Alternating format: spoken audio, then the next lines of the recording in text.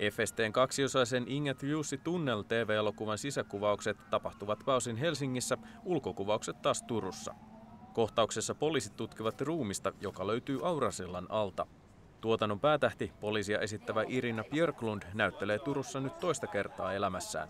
Levottomista on aikaa jo yli 10 vuotta. Yhdysvalloissa asuva Björklund on myös muusikko ja kesään on kuulunut Suomessa myös keikkailua. Kyllä se päivät on aika pitkiä, että kun yhdistää niin kun, keikkailut ja sitten tämmöiset, mutta toisaalta se on ihanaa vastapainoa, että se musiikki on mulle semmoista taas niin kun, todella helppoa ja palkitsevaa ja tämä taas on enemmän haasteellista, että se on semmoista niin kun, se tuntuu hyvältä kombinaatiolta.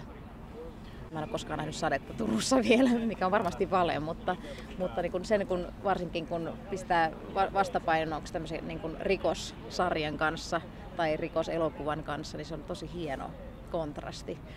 Kaupungissa kuvataan nyt myös Hulluna Saraan elokuvaa, jossa esiintyy Lost-sarjasta tuttu Emily de Ravin. Uusin Vares-elokuva Sukkanouhakäärme puolestaan saa pian ensi-iltansa.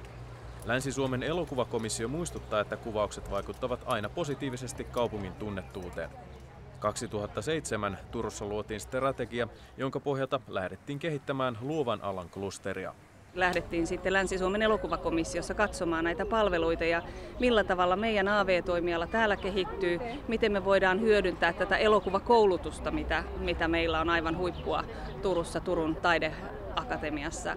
Tuloksia näyttäisikin nyt olevan syntymässä. No ei me ehkä yritetä saada Helsinkiä kiinni, mutta me yritetään saada meidän täällä AV-alan osaajille lisää työmahdollisuuksia ja koulusta valmistuneille töitä ja että he uskaltavat perustaa tänne yrityksiä ja heillä on täällä töitä. Mutta uskoisin, että kuvaukset lisääntyy ja meillä on hyviä sopimuksia myös ensi vuodelle. Entä Suomessa tehdyt poliisisarjat tai elokuvat? Kylmäverisesti Sinun tai esimerkiksi Alamaailma keräsivät paljon katsojia. Ainakin Björklundin mukaan Suomessa riittää osaamista. Kyllähän hirveän kauan puhuttiin, että Ruotsissa tehdään niin hienoja ja täällä ei osata, mutta tuntuu, että nyt niin kun käsikirjoitukset on huomattavasti parantunut ja sitten myöskin ehkä vaan niin kun tämä niin kun uskaliaisuus tehdä eri lailla ja niin kun tehdä vähän kansainvälisempää meininkiä.